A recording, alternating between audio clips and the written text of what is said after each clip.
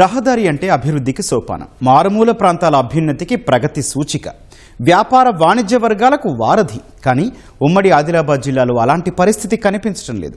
ఆదిలాబాద్ జిల్లా Utnoor X road నుంచి కుమ్రం భీం జిల్లా ఆసిఫాబాద్ వరకు విస్తరించి ఉన్న రహదారి అడుగు తీసి అడుగు వేయలేని దుస్థితికి చేరింది.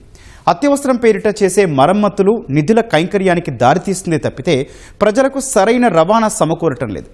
అసలు ఆ రోడ్డుకున్న ప్రాధాన్యత ఏంటి, దాని అసలు సమస్య ఏంటి అనే అంశాలపై మా ప్రతినిధి మణికేశ్వర్ గ్రౌండ్ రిపోర్ట్. ఆదిలాబాద్ జిల్లాలో రహదారుల నిర్వహణ అధ్వాన్నంగా తయారవుతుంది. వర్షాకాలంలో రాకపోకలకు తీవ్ర అంతరాయం ఏర్పడుతుంది. మరమ్మతుల పేరిట ప్రభుత్వం నిధులు మంజూరు చేస్తున్నా క్షేత్రస్థాయిలో ఫలితం ఉండడం లేదు. ఆదిలాబాద్ జిల్లాలోని ఉట్నూరు ఎక్స్ రోడ్ నుంచి కుమరంభీం ఆసిఫాబాద్ జిల్లాలోని ఆసిఫాబాద్ జైలు వరకు 67 కిలోమీటర్లతో ఆర్ఎండ్బి రహదారి విస్తరించి ఉంది. ఇందులో 8 కిలోమీటర్లు ఆదిలాబాద్ జిల్లా పరిధిలోకి వస్తే మరొక 59 కిలోమీటర్లు కుమరంభీం జిల్లా పరిధిలోకి వస్తుంది. ఈ రహదారి కోసం 10 సంవత్సరాల నుంచి మరమ్మతుల పేరిట ప్రభుత్వం కోట్లాది రూపాయల నిధులను వెచ్చిస్తుంది. కానీ క్షేత్రస్థాయిలో ఎక్కడా ప్రయోజనం కనిపించలేదు. 4-5 సంవత్సరాల కింద దాదాపు 10 కోట్లతో పూర్తి స్థాయిలో రోడ్డును బాగు చేయాలని ప్రభుత్వం నిర్ణయించింది. తీరా టెండర్ దక్కించుకున్న గుత్తేదారు పనులు కూడా చేపట్టారు. కానీ మధ్యలో పూర్తిగా దాని పని ఎక్కడ ముందుకు పడలేదు, ప్రగతి కనిపించలేదు. దాదాపు 4 కోట్ల పనులు చేసి మధ్యాహ్నంలోనే అర్ధాంతరంగా ఆగిపోయింది.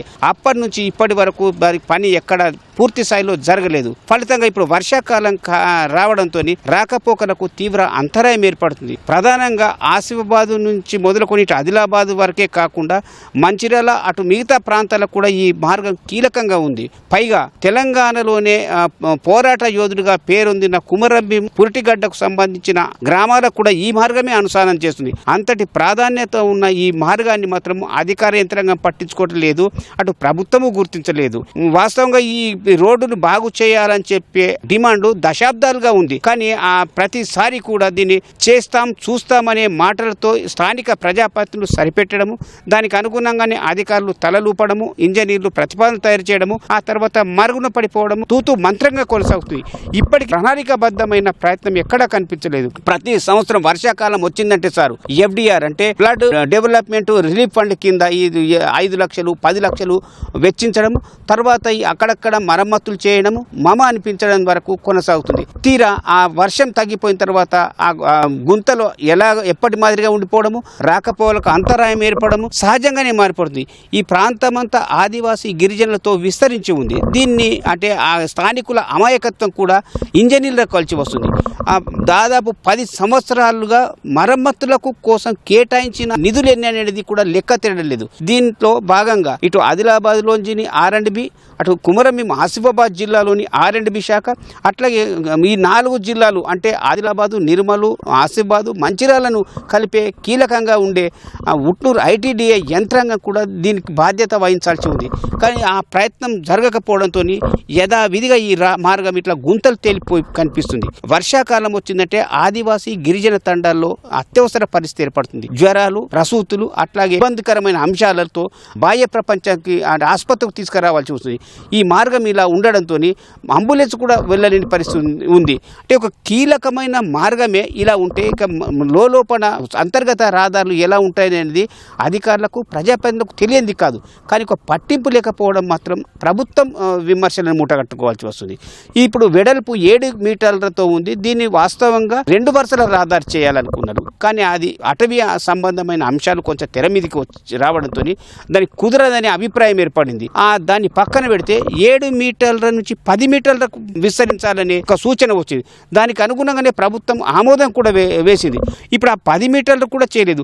పోనీ కనీసం 10 మీటర్ల వెడల్పు లేకుండా ఉన్న 7 మీటర్లదన్నా పూర్తిగా రోడ్డు కాంగ్రెస్ నిబంధనలకు అనుగుణంగా చేస్తే ఏ ఇబ్బంది తలెత్తదు. అంటే రోడ్డు కాంగ్రెస్ నిబంధన అంటే వర్షం చినుకు మధ్యన పడితే ఏటవాలుగా అటు ఇటు నీరు జారిపోతే గుంతలు పడడానికి ఆస్కారం ఉండదు, అంటే రాకపోకలకు ఇబ్బంది ఉండదు. కానీ అలా జరగడం లేదు. ప్రతి వర్షాకాలంలో కలెక్టర్లు లేదా R&B ఇంజనీర్లు ప్రతిపాదనలు తయారు చేసి ప్రభుత్వానికి పంపితే దానికి అనుగుణంగా 5 లక్షలు 10 లక్షలు కేటాయింపు జరుగుతుంది. కేటాయించిన ఆ నిధుల ద్వారా ఎక్కడెక్కడ గుంతలు పడుతున్నాయో, ఎక్కడెక్కడ లోతట్టుగా ఉన్నాయో అక్కడ ఎర్రమట్టి పోయించి కాస్త డాంబర్ వేసి మమ అనిపించేస్తున్నారు. దాంతో వర్షం తగ్గిన తర్వాత గుంతలు ఉన్న చోట్ల మళ్ళా ఎత్తు బొగడలు కనిపించడం, పక్కనే మళ్ళీ గుంతగా ఉన్నట్టుగా ఉండడంతో రోడ్డు నిబంధనలకు తూట్లు పొడిచినట్లు అవుతుంది. దీని కారణంగా ఇప్పుడు రాకపోకలకు తీవ్ర అంతరం ఏర్పడుతుంది. వాస్తవంగానైతే ఈ రోడ్డుని పూర్తిగా బుల్డోజర్లతో JCBలతో బ్లేడ్ పెట్టి సమాంతరంగా తొలగించాలనే అంశం దాదాపు దశాబ్దం కింద తెర మీదకి వచ్చింది. ఆ పూర్తిగా ఎర్రమట్టి నల్లమట్టితో మమైకమై ఉన్నందున సమాంతరంగా బ్లేడ్ తొలగించిన తర్వాత కొత్తగా సమపార్లలో 20 mm 40 mm మిగతా డాంబరు అట్లాగే పొడి, దానికి డాంబర్ పొడి దానికి అనుగుణంగా ఒక సమాంతరంగా రోడ్డు కాంగ్రెస్ నిబంధనలకు అనుగుణంగా చేయాలని ప్రధానంగా జిల్లాకు సంబంధించిన ఇన్ఛార్జి మంత్రులు ఇలాంటి దాని మీద దృష్టి సారిస్తే ఇక్కడ ప్రజల కోరికను నెరవేర్చినట్లు అవుతుంది, రోడ్డును బాగు చేసినట్లు ఉంటుంది. తెలంగాణ పోరాటానికి ఊపిరుదిన్న కుమరంభీం ఆ ప్రాంతానికి మార్గాన్ని సుగమనం చేసినట్లు అవుతుంది. ఇది ఇక్కడ ఆసిఫాబాద్ ఆదిలాబాద్ మధ్యన అనుసంధానం చేస్తున్న R&B రహదారి యొక్క పరిస్థితి. కెమెరామెన్ కిరణ్తో Manikeshwar, ETV news, O2 studio.